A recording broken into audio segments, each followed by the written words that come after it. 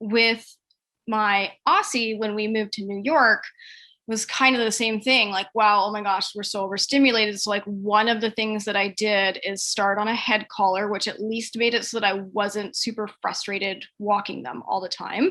And you could use a prong too, or a front clip harness, whatever works for your dog. But for my dogs, the head halters tend to work the best.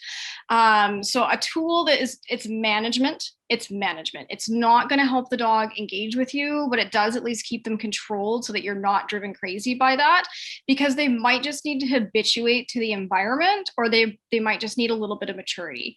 So some of the things that I will do if this is a client is kind of like bearing that preface in mind about the dog and the age and kind of knowing the dog is walking the same route is very helpful, because then it tends to be at least similar stimuli. And I found that when I lived in the city, especially, my dogs were a lot less aroused if we walked the same route for like kind of our regular bathroom breaks, because they weren't really anticipating anything. It wasn't a new sensory information for them. And as we did that after a couple of times, I could start to get, more attention on me. I could get them to sort of sniff for treats and things like that.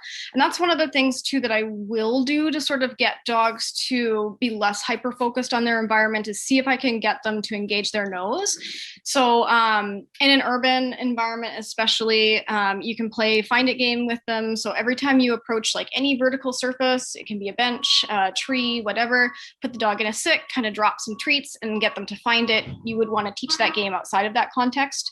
But that can be a really good way to sort of get them to start using their nose. And maybe they're not engaging with you, but at least they're disengaging from everything else around them, and they're bringing their arousal and their overstimulation level down.